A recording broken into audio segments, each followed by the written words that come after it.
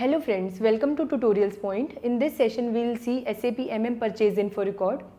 So agenda for this session is overview of Purchase Info Record, then number range of Purchase Info Record, then how to create, edit or display Purchase Info Record.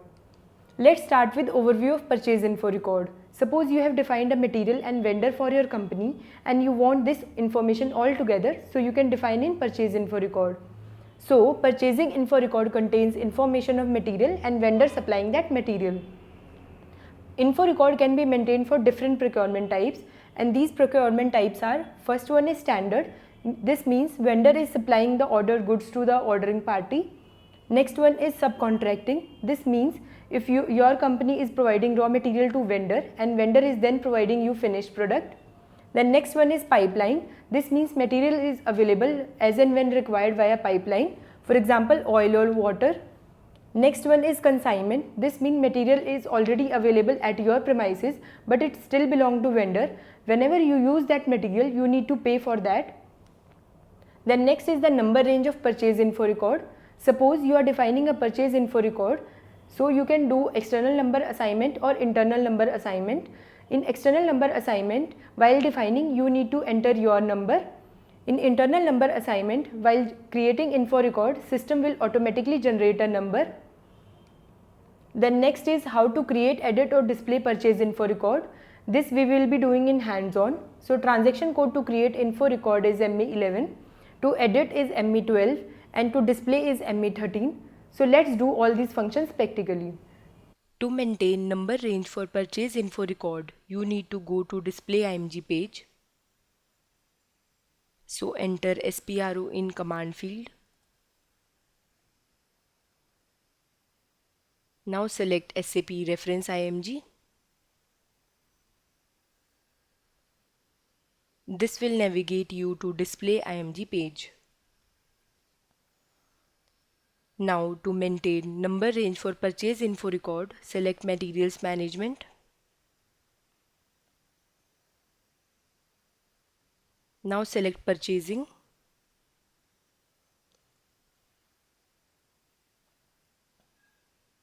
Now select purchasing info record. Click on define number ranges. This page contains 3 tabs. This first one is for display intervals. This is the start number range. This is the end number range. This is the current number. This is the check for external or internal number range. If this is checked, then you can use external number range, or else it will pick from defined number range. You can also modify this number range. So go back to the page. Click on this tab of change intervals. For demo, I'll change the end number range. Click on save. So the existing number range is modified. You can also modify the status of current number. So go back to the page. Click on this status tab. So for demo, I'll modify this current number. Click on save. So the current number is modified. Now we will create info record. So enter /n ME11 in command field. This will navigate you to the info record screen. Also, you can navigate via SAP menu. So we'll cancel this page and go to the home page. On this SAP menu, select Logistic.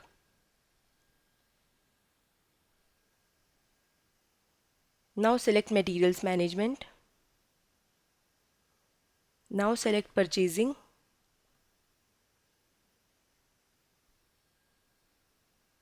Now select Master Data. Now select Info Record. Now click on this Create icon. This will navigate you to the same page. Also, you can check the transaction code over here. This is the transaction ME11. So we'll create the info record. Here you need to enter the vendor, material, purchasing organization, plant, and you need to select the info category. I'm entering test data here.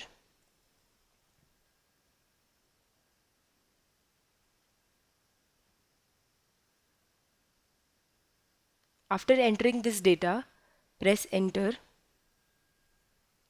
This will navigate you to the next page.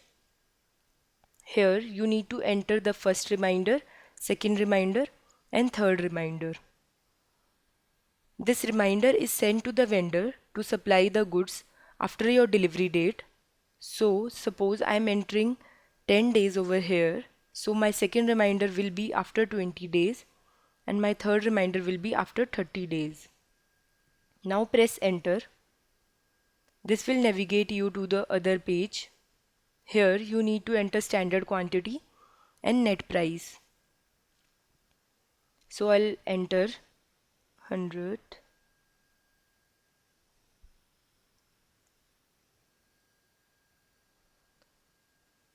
Now click on save.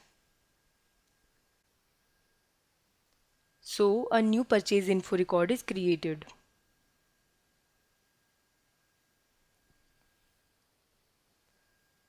So in this session we learned the number range and how to create info record, and in next session we'll learn how to create the source list.